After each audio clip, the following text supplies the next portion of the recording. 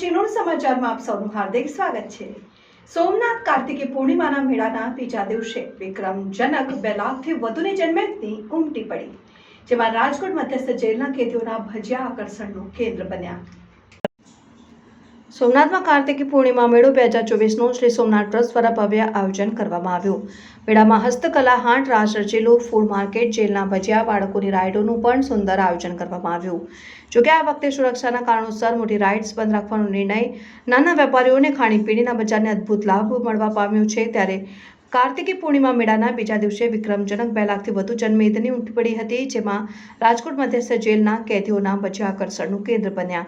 સાથે સાથે સુપ્રસિદ્ધ ગુજરાતી ગાયિકા સુશ્રી અપેક્ષા પંડ્યાને વૃંદની સંગીત સાધના સાથે મેળાના પરંપરાગત અને આધુનિક બંને પ્રકારના મનોરંજન મેળવ્યા હતા। સમગ્ર રાજ્યભરમાં ઉમટેલા લોકોએ પોતાના પરિવાર સાથે મેળાની મજા માણી હતી।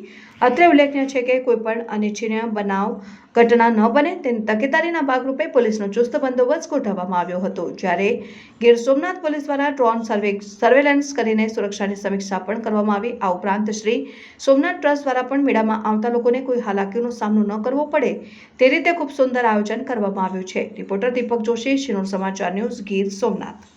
Parmar incharge Sanjay manager Rajkot secretary ફરજ બજાવું છું અને કાર્તિક મેળામાં જે મેળાનું આયોજન સોમનાથ ટ્રસ્ટ દ્વારા કરવામાં આવે છે, તેમાં અમે અમારા ડૉક્ટર કેન રાવ સાહેબ, જેલ જનરલ તથા રાઘવ જૈન સાહેબ IPS અમારા જેલ સુપ્રીમ રાજકોટ તરફથી શુભ અને સહકારથી અહીંયા માર્ગદર્શન હેઠળ અમે અહીંયા મેળામાં વર્ષોથી જે ચાલતી આવતા ભજીયાના પરંપરાગત અમે ભજીયાનો સ્ટોલ કરવામાં આવે છે।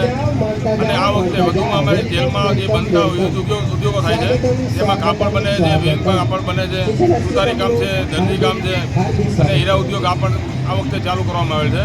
જેમાં ફર્નિચર ઉદ્યોગનો આ વખતે બહોળી પ્રસિદ્ધિ માટે કે પબ્લિકને ખબર પડે કે જેલની અંદર કેદીઓ દ્વારા કેટલું સારું બનાવવામાં આવે છે, એના માટે ડેમો તરીકે રાખેલ છે, જે આ વખતે વધારેલ છે અહીંયા।